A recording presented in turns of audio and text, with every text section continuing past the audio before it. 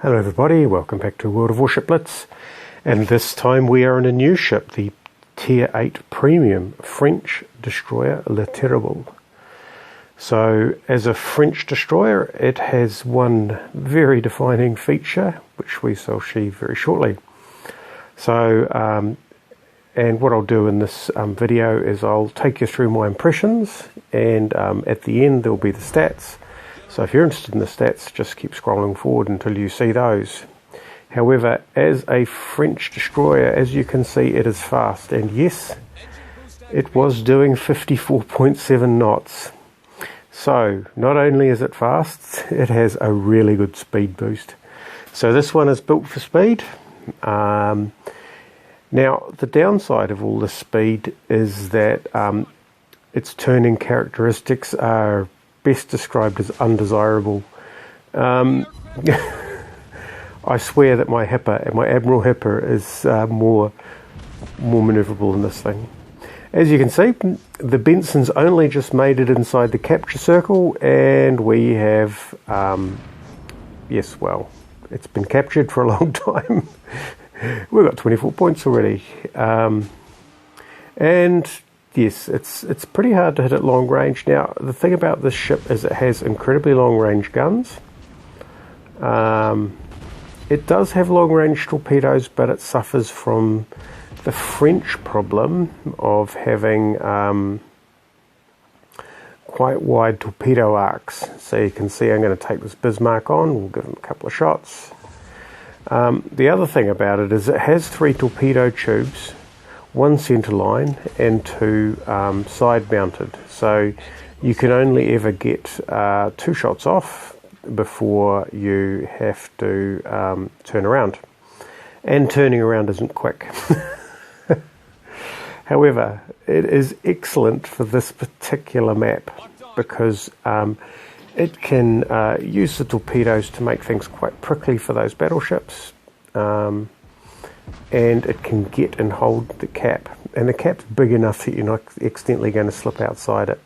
I'd hate to try the golden channel in this destroyer because I think you'd probably accidentally flip outside the cap quite a lot. Here we go. It's got good range. That North Carolina, is he turning? So we're just basically going to give this guy a bit of attention. We've fired up the rapid reload. It is a good rapid reload because it takes the fire rate from basically 6 seconds down to what looks like 3 seconds, which is sort of Akazuki speed. But yes, when it runs out, it takes a lot longer. Oh, okay, oh dear. I've never quite been caught in that nook of the island before. It sort of explains what's going on. Oh, that poor carrier captain's probably wondering what's happening. Right. So I've run it. Unfortunately, now normally speed boost isn't something that I particularly derive much joy from. However, I'll have to say that in this particular case, I end up running out of speed boosts very quickly because that boost is just phenomenal. Here we go. He's going to fire. Oh, he's going to fire over the head of my destroyer. He's decided that we're not really worth going for. The other thing I'll have to say about this destroyer is, although it's got a lot of hit points for a destroyer, it has no armour. Now that Miyoko seems to have the amount of lead well and truly sorted out. Ouch. Yep. So at long distance, I find that the ship avoids most damage, but when the enemy comes in close, that's a bit of an issue. See, we've caught fire there, so we're just opening the range out because I'm a much more difficult target for him to hit than it is for me to hit him. Someone's going to give him a nice bit of damage. Rapid reload, let's get that sort of Akazuki style shooting going, and we'll just keep the turn up, things fly over our head, and that's him gone. And it's time for the Enterprise, who probably, to be fair, probably isn't expecting visitors. So So I should probably have fired, my lesson here is I should probably have fired both. But as you can see, the arcs aren't particularly good. There's a dead zone for your rear torpedoes. So yeah, I should be using, oh, there we go.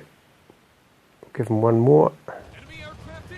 Right, so he's trying to escape. 54 seconds.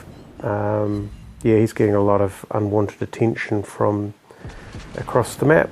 I don't think we're going to take him out. He's managed to dodge our torpedoes. Now, by the way, this thing is fast, and although I didn't keep the game because it was otherwise uninspiring, you have to be careful because you can keep pace with some torpedoes with a speed boost. So that is the Terrible, very fast, great for capturing those caps. If you are in this ship and it is a single cap game and you do some sort of weird flanking maneuver, you are going to burn in hell, seriously.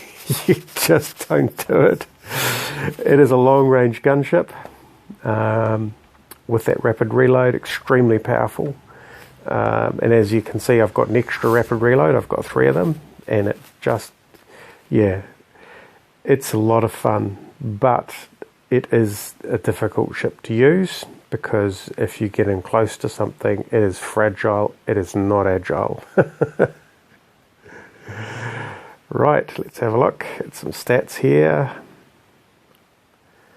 And we get a Confederate award because we spent so much time torpedo everybody. The Enterprise obviously shows, well, Enterprises do quite well. 6 torpedo hits, main guns do most of the damage, 2 kills, thanks to other people weakening the targets. So what I'll do now is we'll go and have a look at the elite ship bonus. I've built it for speed. I'm not sure that's the right choice, but still, this is probably the fastest ship in the game, and the fastest speed I've ever seen is at 54.7 knots.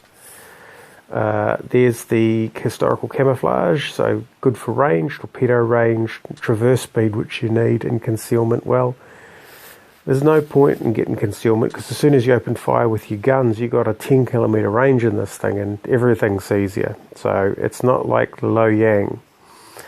So there you go, hit points is pretty good, 18,000, nearly 19,000, but those damage reductions are shocking. So let's go tier, that's a tier 7. Those ships don't look like tier 8 ships. Right, there we go, tier 8. Let's go do some nice comparisons.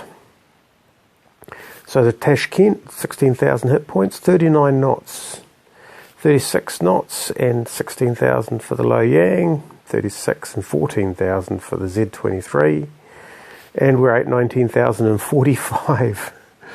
Although there is a speed build. Even the Kagero, well, the Kagero's quite, these are quite weak, the Kagero and the Benson, but all of them have better armour, as you can see, looking across them. Right. Next we will go, hopefully, and look at the, if I can get myself out of the habit of, let's go have a look at the guns. So the first thing is it's nearly 11 kilometres range. Now I do have the historical camo, and it's got a 5% fire chance, a 6-second reload, and a 400 or 500 damage. More than the Tashkent, more than the Kagero, which has got 7 kilometre range, same with the Benson. That 19 kilometre range, that's just fantastic range. And the torpedoes, 40-second reload, which is really good for a tier 8 destroyer.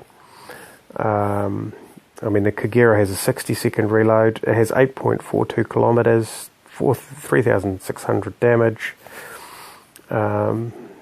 It doesn't have the same traverse speed. So yeah, so the torpedoes are good range. Their spread, if you were watching the game, their spread means that at long range you're not going to get the number of hits. So they, although they are long range torpedoes, they're not really long range torpedoes. Now the surface detection is 7.2 kilometres, which is shocking, and the anti-air is 31. So the Lo Yang, well, my Lo Yang is pretty extreme. But even so, the Tashkent is 6.9. The Z23, which is stock, is 6.5. Well, I know it's got the historical camo on it. So yeah, so the surface detection and the AA are, well, yeah, pretty poor. But that is the Terrible. It is a lot of fun to use. Yeah, I shall be taking out a few more.